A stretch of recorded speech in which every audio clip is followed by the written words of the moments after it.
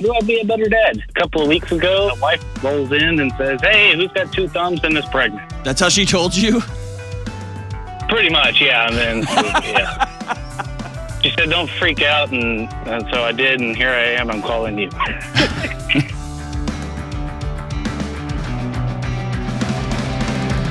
What up, what up? This is John with the Dr. John Delony Show. So grateful that you are here with me and the gang and the greatest podcast in the history of the world when it comes to mental health and parenting and relationships and marriage, all that stuff. It's the best ever. Can you already tell? We're so glad that you're here. Hey, if you want to be on the show, give me a buzz. 1-844-693-3291. It's 1-844-693-3291, or go to johndelony.com/ask, A-S-K. And for those of you who've been ride or die since day one, right?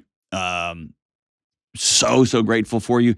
Please, if you find some value in the show, a no-cost way of helping out. It doesn't cost you anything if you will leave a 5-star review, if you will forward an episode that means something to you, to a friend or to a family member, or to your mother-in-law if you don't want her to call you anymore.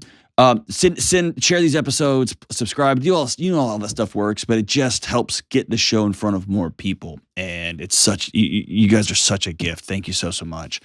Let's go out to Alex in Sellersburg, Indiana. What's up, Alex? Hey, Brother John, how are you? Partying, man. What are you up to? Oh, I'm just hanging out, making horse noises, buzzing or blaring some Little Drummer Boy and having a good time. Well, you obviously have a much better producer running your life than I have running mine, because I have had all those things taken away from me. So good for you, Alex. Just kidding. I'll relay that to the wife and let her know. Kelly my wife took away Drummer Boy, which thank God she did, because I hate that song. And Kelly took away my horse noises. So I'm glad you're in a better position, Alex. Thanks for kicking me while I'm down. So what's up? Hey, to be honest, I'm not a giant fan of Little Drummer Boy. I just had a shot at you. You know who is? Nobody. And serial killers. That's who. All right, so what's up? So I guess the short answer or question is, how do I be a better dad?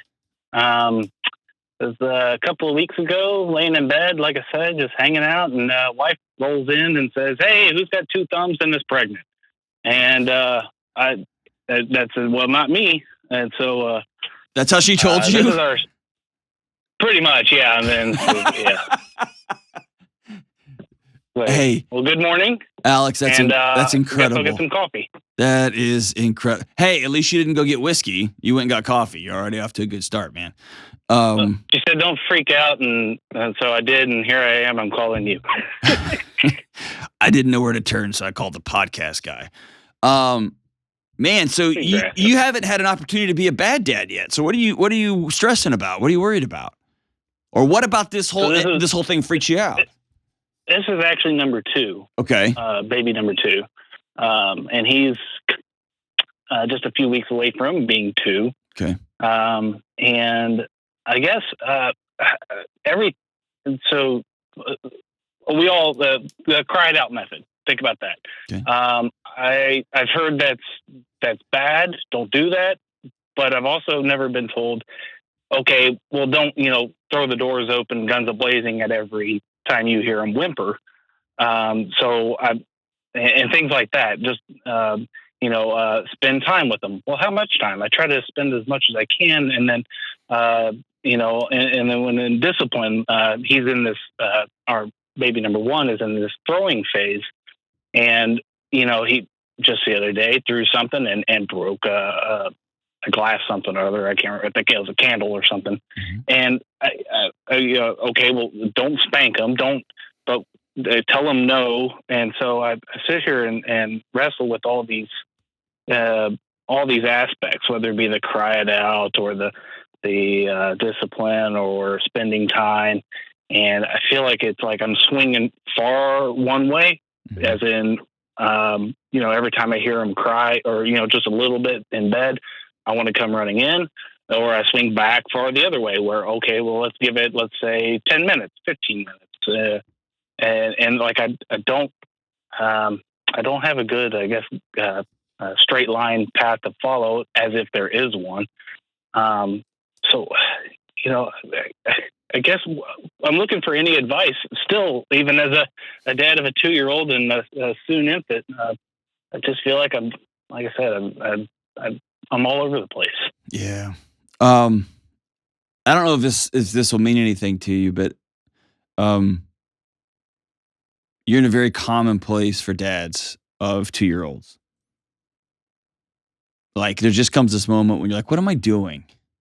You know what I mean? Like, Yeah. I like you said, I want there to be a set of IKEA instructions. I don't care how complicated it is. I'll figure it out. And I just need to put this thing together. And then somebody sends you a podcast that says, well, don't do this. And then somebody gives you a book that says, don't do that. And then you just snap in the moment and default to something that your dad did that you had promised you weren't going to do, right? And it's just a failure factory. And by the way, 2-year-olds are 2-year-olds. And so they can be the best at snuggling up, and they can rip your heart out, right? Oh, yeah. And it doesn't also help that your wife probably looks like she knows exactly what she's doing. She works with a lot more kids than I do. And so you just end up, and so I'll walk through it with you, and then I'll circle back. Here's where many, many, many men, including myself, find themselves. Baby number 1, about this time, and you just start feeling like I am more in the way than I'm helping anything. And every time I try a thing, my wife's like, gosh, why just do it like this? Because she's been babysitting since she was 6, and nobody would trust me with their kid when I was in middle school or high school. Or fill in the blank. There's just every little thing. And so what I started, I'll just speak about me. I started leaning a little bit more towards, the one thing I'm good at is my job. I'm good at that. I can at least go do that. I'll make money for the family. And so I just kind of turned the wheel 2 degrees. And I ended up way far away from my family. So you're in a moment, kind of like a boxer is when he keeps getting tagged from the outside. The temptation is to back up a little bit further away when the best strategy is to bite down on your mouthpiece and lean in and get closer. Okay? So let me tell you this. You're not going to quote unquote figure this out, because as soon as you figure it out, your second kid is going to be so radically different than from your first one. You're going to feel like you got half the IKEA thing built, and then they shipped you another set of instructions that's completely that says something totally different. And so the best thing you can quote unquote figure out is you. Who am I going to be when I get frustrated? Am I going to let a 2-year-old or a 5-year-old or a 16-year-old dictate my emotional regulation? When I find myself getting overwhelmed and frustrated, which happens to all of us, it still happens to me regularly, and I do this for a living. What am I going to do? Am I going to yell? Am I going to throw a temper tantrum? Am I going to tell my wife, hey, I need to take 10 and go outside? Am I just going to grab a trash sack and start emptying the trash in a huff like some dads do? Like, who are you going to be? All right. Right. Yeah. And my dad was the yeller and the slamming of the door kind of dad. And I'm certainly not that, but I find myself saying like go back to the thing he threw and broke the candle or whatever. Like I was sitting here thinking, what do I do? And I just get so tied up and thinking about what to do, how to respond, to where it's like I did nothing. And the next time he does it, then I start thinking, oh God, this is just a behavior, and this is how I've screwed him up. He's just going to be this defiant little baby, and I had my chance, I blew it. Or on the laying in bed crying, oh, that was 5 minutes too long, I've screwed him up, and he's going to have emotional problems for the rest of his life. And so like I said, it just kind of frees and what to do, and I don't know. Like I said. So I guess think this way. What I'm going to say is going to sound so cheesy, okay? But here's what I want you to lean into. I like cheese. I do too, man. I love it. Respond in love. Here's what that means. When my baby cries, Now when they're older, I've got, my kids are older. And you'll be able to tell in short order. Like, this is a real cry. This is not a cry. This is a fussy cry. This is I'm frustrated cry. This is I need somebody or I'm scared cry. There's times when the most loving thing you can do is to hold your 2-year-old accountable in an age-appropriate 2-year-old way. Right? He's not going to want to be a kid who's throwing and breaking things. He feels wild and out of control. He doesn't like that. It's discomforting. He needs a parent to set boundaries. He doesn't need a parent to come in swinging at him. He doesn't need a parent coming in to scare him to death by screaming at him. But he does need to learn, hey, if you choose this, then you also choose this, whatever that consequence happens to be. Okay, so but all of that, you see how calm I am? Because I'm not giving a 2-year-old if I leave stuff on the ground that a 2-year-old can destroy and it's going to be devastating to me, that's my fault because I'm the adult. So I've got to change how my house looks, and I got to move stuff so that he can't have things that he can break. And 2-year-olds will figure it out. I saw my daughter climbing up the cabinets the other day like a spider, and I was like, I don't even know what to say to you right now. I don't have any. What are you doing? Literally, what are you doing? She was trying to get a knife off. I mean, it was just like, what? Okay, right?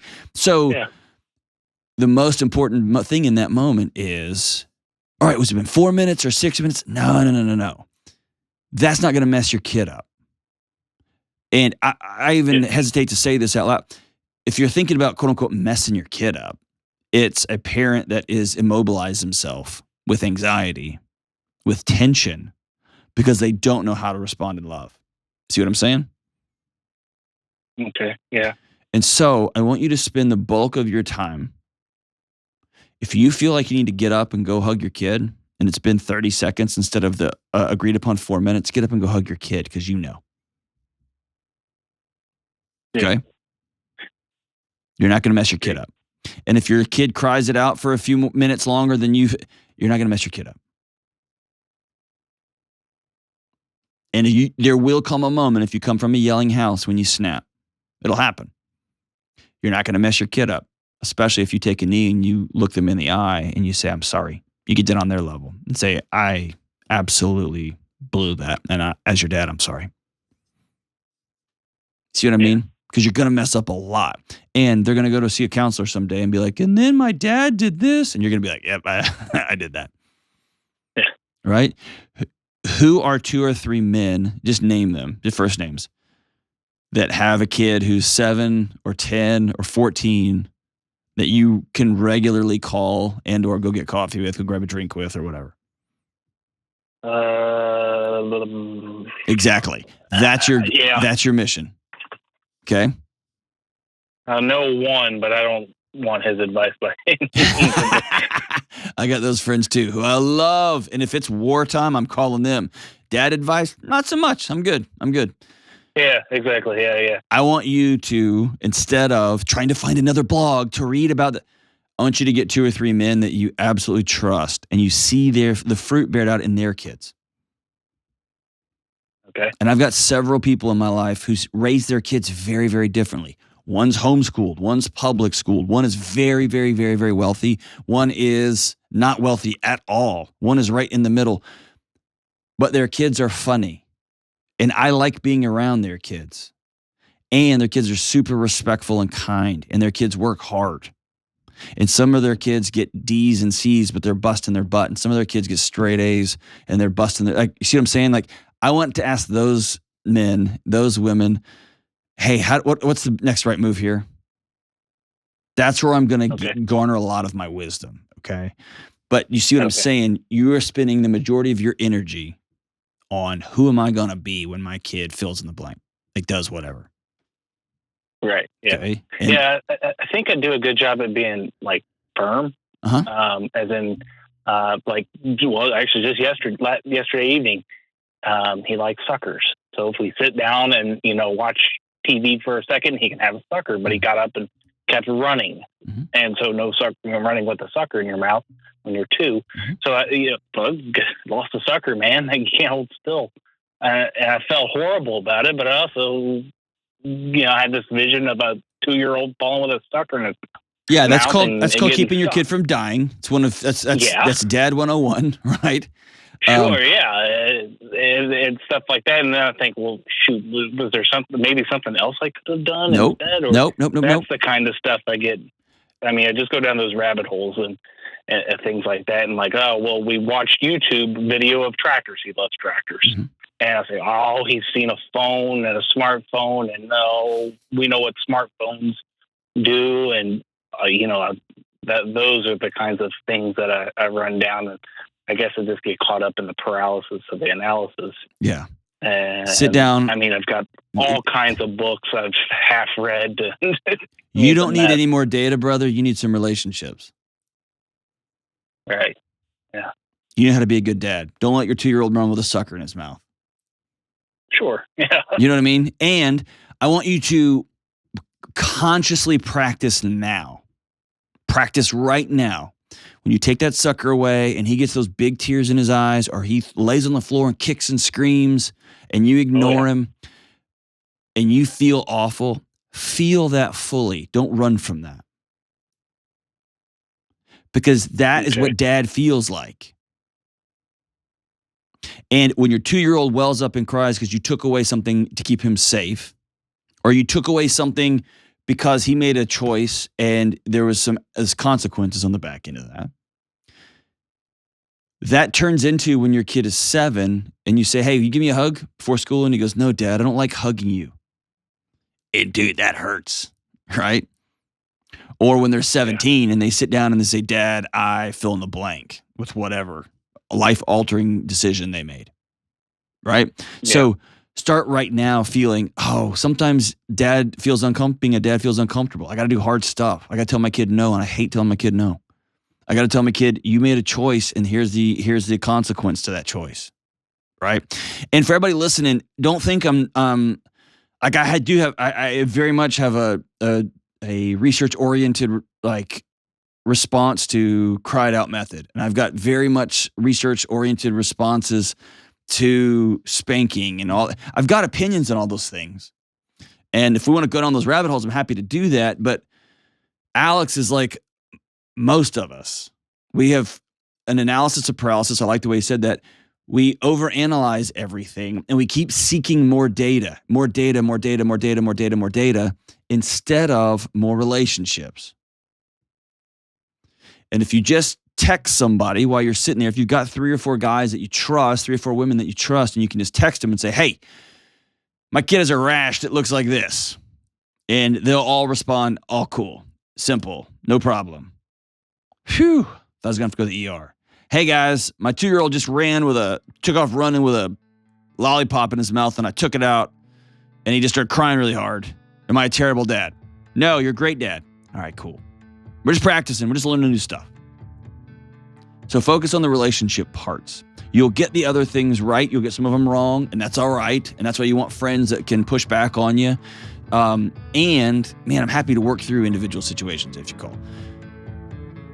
But the bigger picture is the tension and the anxiety. I'm usually, outside of abusive situations, I'm more worried about that with the kids than I am whether it was 2 minutes or 7 minutes or 5 minutes, or I swatted his hand, or I'm way more worried about, does your kid feel electrified in your presence, or do you feel warm and safe to your kid? Let's focus on that, which means we're not fixing the kid, we're fixing us. That's a way harder proposition. We'll be right back. Delony here, and I've got a word from this episode's sponsor, BetterHelp. Let's all be honest. Life would be way easier if it came with a user manual. Marriage, parenting, work, making friends, especially as adults. But this is the truth, my friends. There's no step-by-step guide. You have to take ownership of your life. And when it feels like too much, or you feel stuck or overwhelmed, it's too easy to get lost in the anxiety black hole. I've been there. But you can learn to navigate this beautiful chaos we call life in a healthy way. Therapy gives you the tools to do just that. And that's why I love BetterHelp. BetterHelp is online therapy that offers video, phone, even live chat sessions with your therapist. There's no waiting rooms, no traffic, no endlessly searching for the right therapist that happens to not take your insurance. Listen, BetterHelp has connected more than 3 million people with licensed therapists, and they can match you with a therapist in under 48 hours. So don't settle for feeling stuck. Visit betterhelp.com/Delony today to learn more and get 10% off your first month. That's betterhelp.com/Delony. All right, we are back. This is pretty rad. I haven't had this happen yet on the show. Julia Gulia returns like 1 week later. So I'm going to bring her on. Hey, Julia, what's up? Hey, Dr. John. Thank you so much for having me back. Of course. Okay, so for everybody listening, this is probably a week or two ago. Julia called in, and so your son, you have a whole history of family stuff, but you were going to see your son's step family and for Christmas in like South Dakota or something? Yeah, a little bit norther than that. Okay. North Dakota. It's somewhere where it's really cold and barren and sad. And yes. Yeah, we're going there, and he didn't want to go because he's 17, and he has a sweet little girlfriend, and he has a new job. And so we talked about, what do? Do we make him go, not make him go, all that. Okay, and then Kelly, this just now, said, hey, I have a surprise.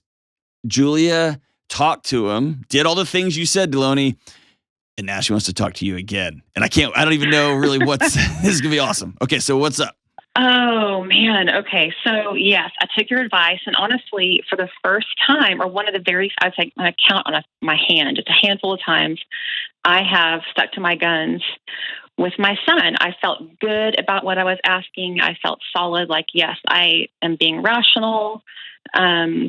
I told him, you don't get a vote, but you get input, like you said. And I said, we'll go work out and we'll do some things that you enjoy too. And I felt really confident, and I didn't even second guess myself. How did it go? Felt really good. It didn't really go that great. Yes. He definitely pushed back, which I was expecting. It did soften the blow somewhat when I took your advice and gave him some control over how we spend our time there. So that did help. But it did not really go well. We kind of thought about it, but again, I just said, you know what? You don't get a vote. You don't get a vote. I just kept repeating that.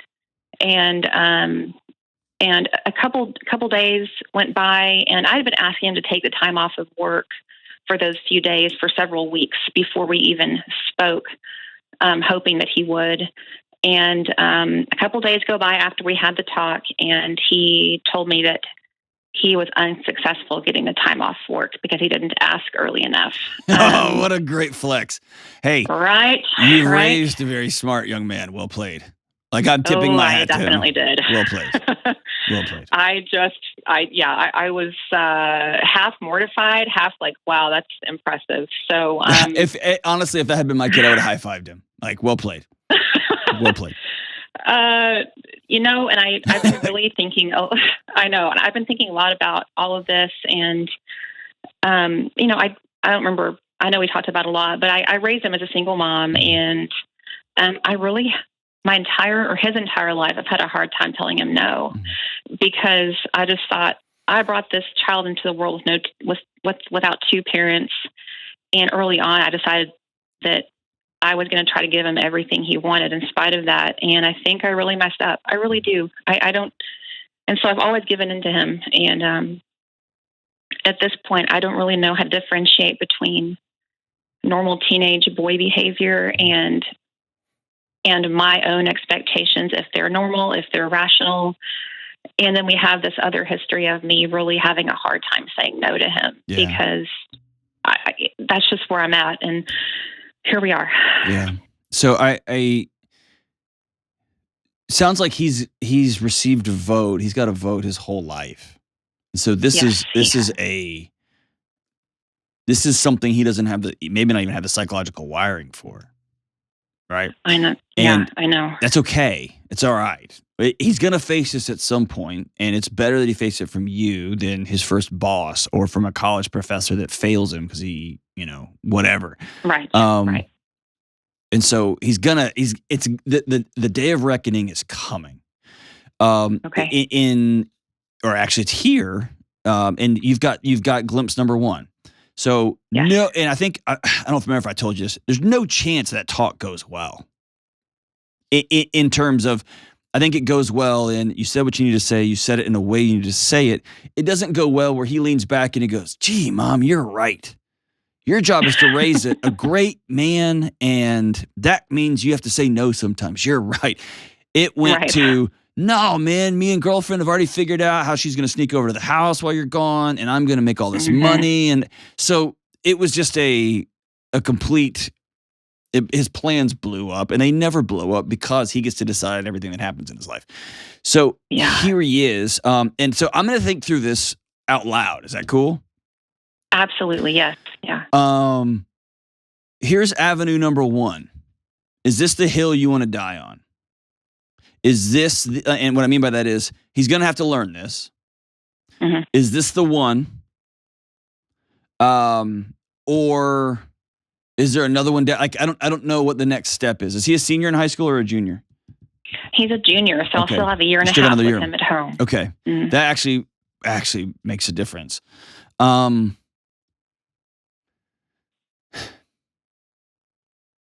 I'm thinking through this. Is this the hill I want to die on right now? Right. Or if you back off of this one, because you were pretty resolute this time, if you back off of this one, does he go, exactly, like always? Right. So you kind of drew a line in the sand, and he just smiled at you and stepped across it. And the second one is, I don't think, where does he work? He works at Chick-fil-A. Yeah, I don't think they'll fire him. I really don't. Especially if he walked in and said, I absolutely blew it. I was supposed to take time off to go be with a family situation that I didn't want to be a part of, and I messed up, but I have to go on this thing, and I really value this job. Right. I agree with you, yeah. I don't think they will fire him. They might because they have to, but I've just done some work behind closed doors with that company for a couple of years, and they are of the highest caliber of integrity, especially when when it comes to raising young people. The third option is, which this is kind of the nuclear option, is you tell him, I'll go with you.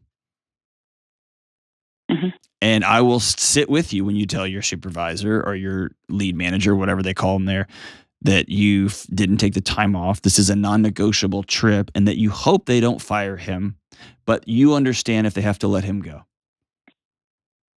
Right. And you will look like the worst. He again, he's going to look at you not out of anger. It will be bewilderment. He doesn't know you. No, he doesn't. You know what I mean? I know. And so he's 100% age appropriate.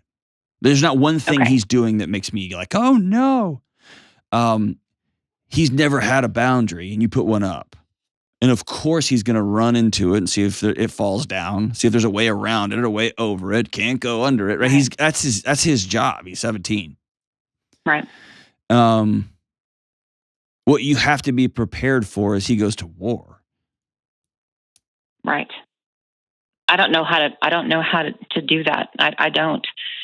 But I definitely feel resolute in this because I feel like if I don't do it now, like you mentioned before, he's going to face it some other time, or I'm not going to be there to help him and to counsel him, and it's going to come from left left field. Yeah. And I feel like I've already wasted or spent a lot of his youth not helping him with this skill. Have you told him what you just told me? I haven't, no. I think that's a good conversation to have. And he's not going to understand it, but he'll hear it. Okay. He'll think it's just, I mean, part of him, you'll be a Charlie Brown's teacher. Right? Yes. And part of it is, hey, the world's coming for you at 1,000 miles an hour, and you don't even realize it yet. Right. And because I loved you so much, and I didn't want you to hurt so bad, I protected you from a lot more than I probably should have. And I'm not going to apologize for it because A, it's over, and B, I did it out of love, even though I would probably do it differently this time. And all I can control is what happens next. But when I say go to war, it wouldn't surprise me if you came into like my office at the local university and you came in and he starts doing drugs. He sneaks out. He runs away and goes to his girlfriend's house to try to avoid going on this trip. Like none of that would be shocking behavior to me. Okay, that's good to know. Okay, I mean, you still may have to call the police to go find him. You still may have to get a coach or another mentor that is in his life that can help out. But not any response he has to these boundaries isn't going to surprise me. I would default as best I can, and again, I talk too much. You listen to this show, you know that. I err on the side of over-explaining. Okay, I can do that. And it may be as simple as, man, I will help you when we get back. I'm going to help you find another job if they fire you. I'll help you. Okay, right. You know what I mean? And that's kind of like a weird what? Like, but I'll help you. And I'm happy to go up there and do it. But I think the right thing for you to do is to go let your supervisor know that you forgot to ask off, or you didn't ask off soon enough and you blew it. But this family trip is mandatory. Mm-hmm. Right. And it's a hard lesson. It's a hard lesson. But if this is one you want to stick to your guns on, man, I mean, you got my support and my vote. Thank you. I just don't want there. I don't want there to be an illusion that it's going to be like, all right, you got me. I don't think. Yeah, no, I don't think for a moment that's how it's going to go. I keep wishing for that, but that's right. That's right. Yeah, I've been through it enough now. But this time I'm not giving in. I'm not. I can't for his benefit. I have to keep telling myself that. Yeah. This is for his benefit, and just with your help, and I'm confident in sticking with this. That's and awesome. I believe it's going to go okay. I do. So, and maybe in the end, the way out of the gate is put 2 or 3 or 4 nice restaurants on the table and say, which one do you want? You get to pick where we go tonight.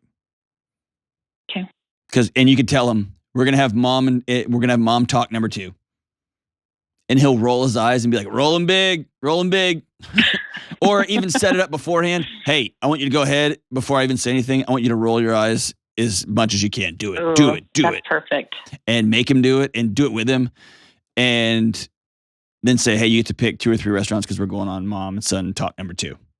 And I'm already telling you, you're not gonna like it. It's just part of being my son.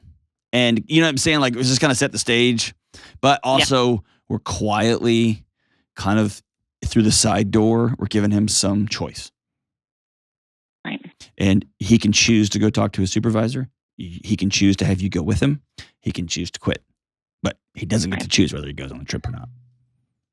Okay. I like that. Is that fair? It is fair. And can I say one more thing? You can say anything you want. Well, I just want to let you know that I completely agree with you that I Remember You by Skid Row is the best rock ballad ever. Yes! Written. Hey, I'm going to... I don't want you to say your kid's name on here. Listen, young man, your mom's brilliant. She's very smart. Listen to her.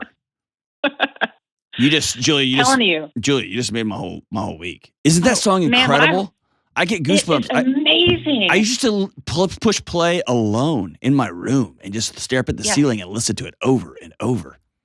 Man, it's so great. And it still rocks to this day. I mean, and when I heard you say that, I literally had to rewind the podcast. I was like, wait, what? Listen, everybody. I was just like, yeah. Skid Row, I Remember You. I want you to get in your car and put your headphones on. Get in a quiet, private place and listen to that song alone. And if you don't start crying, you don't have a soul. So good, Julia. You are the best of the best of the best. This will be hard. I wish I could tell you it's going to be not hard. It's just going to be simple moving forward. It's going to be really challenging. One last thing I would recommend, Julia. You have 1 or 2 women that you trust that you can reach out to when you're about to cave in. You have 1 or 2 or 3 men that you trust, that your son trusts, that you can reach out to, that they can go to coffee, they can talk, they can go to Cracker Barrel, Waffle House, whatever, go for a walk or a hike or a run, that he can just complain about you and be like, she's just all of a sudden, and they can say, yeah, you're exactly right.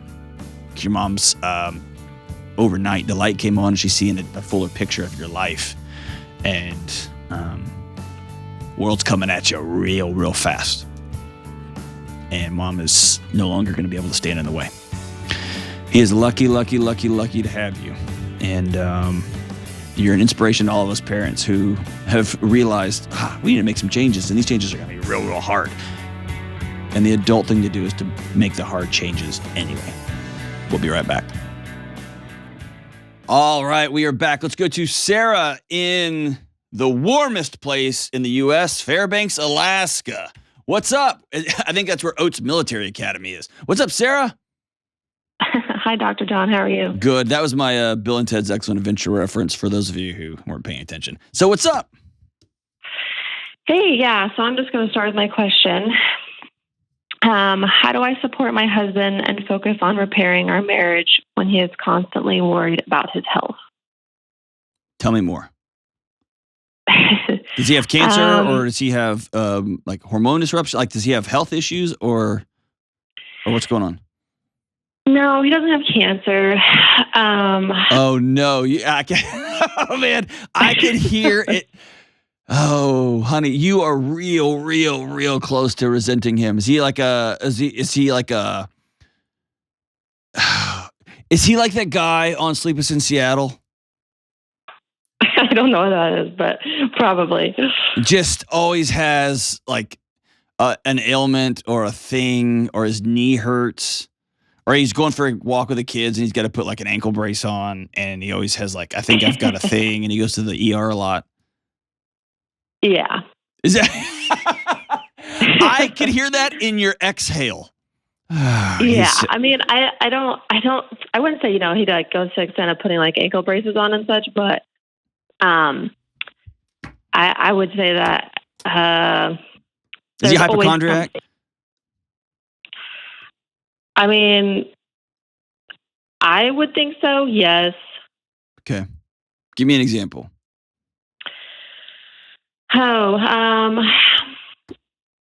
For example, I mean, he'll come home and say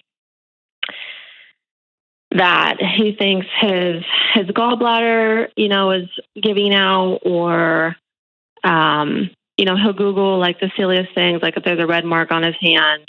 He'll Google it because he won't be sure if it's something serious or not. Gotcha. Okay. Gotcha. How long have you been his mom? Probably too long. Yeah. And it's weird trying to sleep with your son, huh? Yeah. And I mean that in all of the awkward, gross ways it just sounded when I said it. The whole thing, right? As soon as you start getting in a caretaker role, and then you become like you're fine, honey. And he's like, am I fine? And there gets this awkward dynamic. Then the last thing on earth is intimacy and sexual desire. And that turns into his anxiety, things spinning faster, which in his case creates more. Well, what about this? And my fingers hurt. And then all of a sudden, I mean, you see how like y'all get in this dance now, and it just y'all end up. You're like, all right, I'm done. So, can I ask you a real hard question? Yeah. Is there somebody else for you? I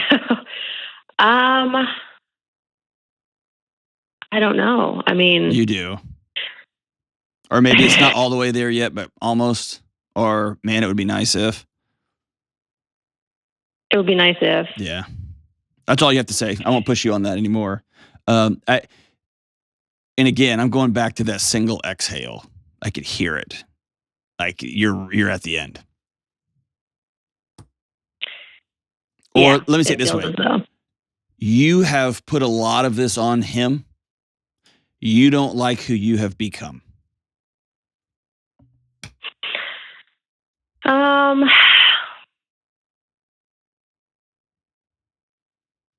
Yes and no.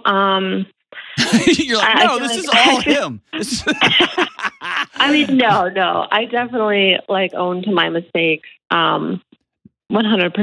But I just feel like we've only been married for going on almost 4 years. So I feel like majority of the time we haven't really been in a happy marriage. Okay.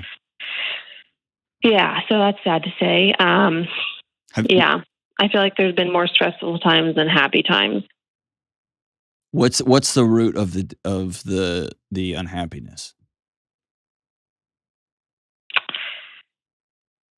I know you've thought about it because you've had imaginary conversations with him that you've never said out loud. Like you at least in your guts believe this all starts at a place. Where is that place? What is it?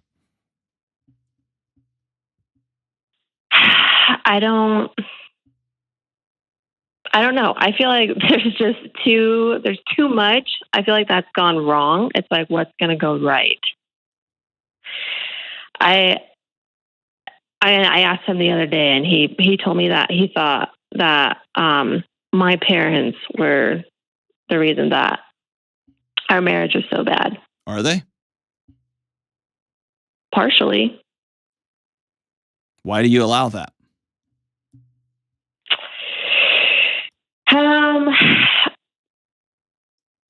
I don't know. That's a good question. I've been bad at setting boundaries. Okay. Have you wanted to set boundaries between the... Have I wanted to? Yeah. Yeah, absolutely. Or let me say it this way. Do you want to get closer to him? Yeah. Do you like the way things are right now? No. What's stopping you from making him different? You're an adult in the United States. You can kind of do whatever you want, except for like shrooms and stuff. Right. Like, what do you want to do? And when I say like you don't like who you're becoming, here's what I mean. Not that you've said mean things and haven't done haven't put boundaries out, whatever. You had a picture of yourself, and you had a picture of your marriage. Like a woman that was taken care of, or that was super sexy, or you were married with a guy and y'all go do crazy fun things. And he would punch the guy at the bar who was mouthing off to his wife. And I'm just making up crap, right? But you had a picture of what this looked like. And now you got kids? Yeah. How old?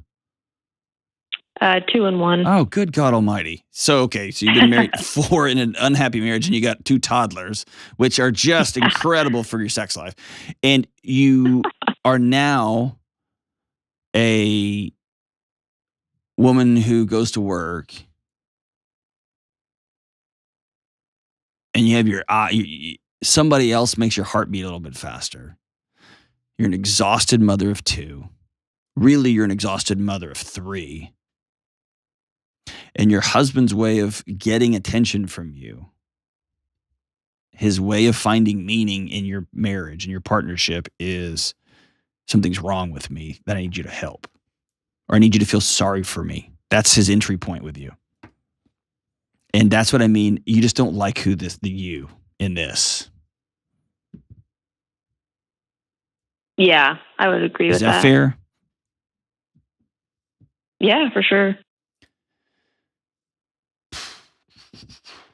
So what do you do next?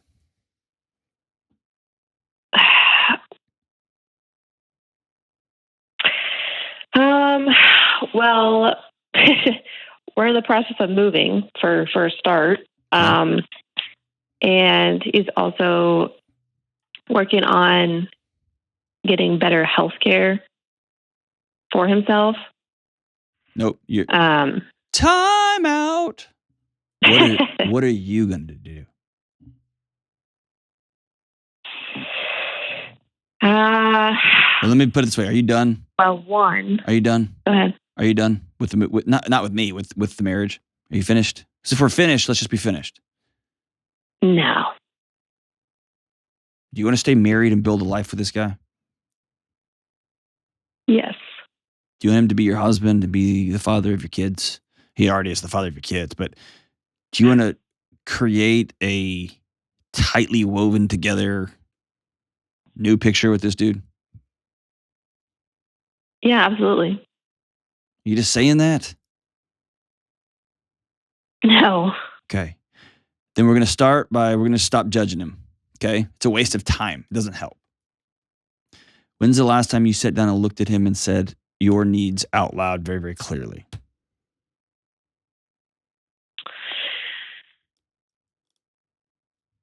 I have no idea.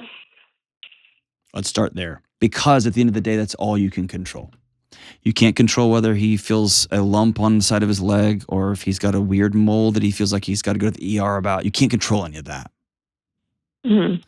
You can control how honest you are with him. Yeah. And you can control your needs. Hey, I need this from you. And I need you to go see a counselor because we've gone to the ER a bunch, we've gone to the doctor a bunch, and none of the things that have happened so far have proven to be life-threatening or even medical ailments. And so I'm concerned there's something else going on, and I'm happy to go with you. And if you don't want to go, that's fine. I'm going to go for me because I want to learn how to love you better. And right now, I'm not doing a great job. Mm-hmm. See what I'm saying? And those are hard conversations. Yeah, absolutely. Okay, what are you thinking? You're shutting down on me. Don't shut down. I don't know. It's a lot. Although, I mean, he hasn't been diagnosed with anxiety, but I do feel like he does have really bad anxiety, and I don't. As you've just described him, that's what it sounds like.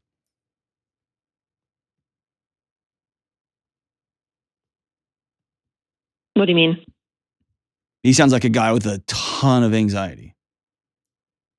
And having been one of those myself, and having had some really, really uncomfortable conversations with my wife over the years, being married to somebody who has deep and profound anxiety is madness. It's exhausting. Mm-hmm. And you ultimately have to create a world that only you and your kids inhabit because your partner's electrified. It's like being married to a taser. It's not safe. And you didn't get married to have to build a life on your own inside of a cocoon. You also didn't get married to have a third kid who's in an adult body. So I'm understanding, having done what he has done to you, I've done that to my wife. So I get it. It's awful.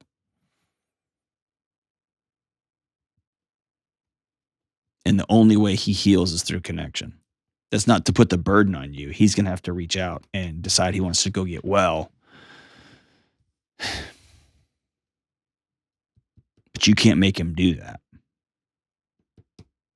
You can only say, this is what you need.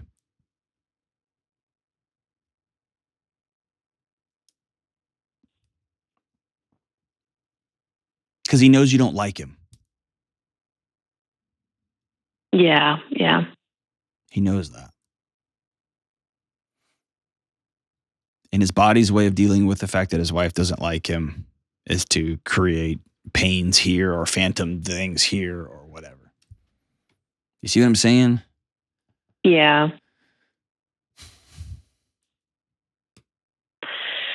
I feel like we have had a lot of hard conversations. Okay. Typically they don't. Sometimes I go somewhere, sometimes I don't, but I think you need some action steps at the end, because he's probably talked about your parents a bunch and you haven't done anything about it. Yeah, that's fair to say. I think moving will help. Don't forget though, that doesn't the moment. set boundaries. Yeah. Well, no, it's just the moment y'all move into that new house and you get all the furniture down and the kids go to bed. You're going to look over on the couch and he's going to have 2 Kleenexes shoved up each nostril and have a heating pad on his neck. And you're going to realize he went with you and you went with you. Right. Yeah. So moving might help proximity-wise, but it's not going to solve your marriage issues because those are going to go with you. Yeah, no, I agree with that. And if you've had a bunch of hard conversations, most of the time I talk to folks, they've not had these conversations. If you've had them, what y'all are in desperate need is action. You'll have to start acting differently. Yeah, I mean, that's the hardest part. It is. And the only person's actions on the planet you can control are yours. So you have to start acting different. Call a counselor. Go to the gym. Get a couple of women in your life that you're friends with. Call your parents and say, we are not coming to the holiday, whatever. Or y'all are not welcome at fill in the blank. I don't know what the boundaries, that's probably a whole other phone call. If he asks you to come look at some weird mole you can respond, I don't have the medical expertise to do that, but we do have a mobile physician and you should call them. I'm asking you, I need you to not go to Google anymore. Because Google is like pouring gasoline on this fire in our home. And you just find 1,000 different. So I'd rather you talk to a medical professional. And since we have telehealth, you can do that. Right? So I need you to put all the screens down and just sit with me and hold my hand and watch a show in the evening. I need you to put all the screens down and just rub my shoulders in the evening. And I'll say this, don't cheat. Don't cheat on him.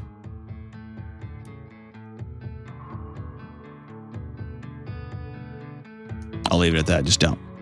Just don't. You're worth more than that. Don't do that. Thanks for the call. And I know you're stuck. You feel like you're frozen in ice. And somebody's got to take the first step. Even if you sit down and write yourself a letter and say, here's who I'm going to be moving forward. But I want to be somebody that I respect and that I treat with dignity. And that means I got to act differently. And that starts today. We'll be right back. Hey, Delony here. One of the things I love about my job is answering the tough questions people have when they call into the show. Your stories are incredible, and each person's situation is unique. And for years, people from all over the world have been asking if I do private counseling or private coaching sessions for them or for their spouse. And as much as I'd love to, I can't realistically do one-on-one coaching sessions with every single person. It's just not possible. But that's exactly why I wrote my new book, Own Your Past, Change Your Future. Within the pages of this book is exactly what I would say if you and I were sitting down together at a table looking for the next right move for you to make in your relationships or to help you live a more whole and peaceful life. As you read through each section of this book, I will show you how to look and own the roads from your past and head to the new roads of a well life moving forward. Go to johndelony.com to get your copy today. That's Own Your Past, Change Your Future at johndelony.com. All right, as we wrap up today's show, in honor of the great Julia Gulia, I know we did this recently, but it's the song that makes my heart beat a little bit faster, and it makes me love a little bit more. Song's called I Remember You by the great Skid Row, Dave the Snake Sabo, and Rachel Bolan. So great. Woke up to the sound of pouring rain. The wind would whisper, and I'd think of you. I think of you. And all the tears you cried, they called my name. And when you needed me, I came through. You paint a picture of the days gone by when love went blind and you would make me see. I'd stare a lifetime into your eyes so that I knew that you were there for me. Time after time, you were there for me. Remember yesterday, walking hand in hand, love letters in the sand. I remember you. And through the sleepless nights, through every endless day, I want to hear you say, I remember you. Oh my gosh, listen to that song right now. And be prepared for boom, chicka, wah, wah. Hey, we'll see you soon. Party on.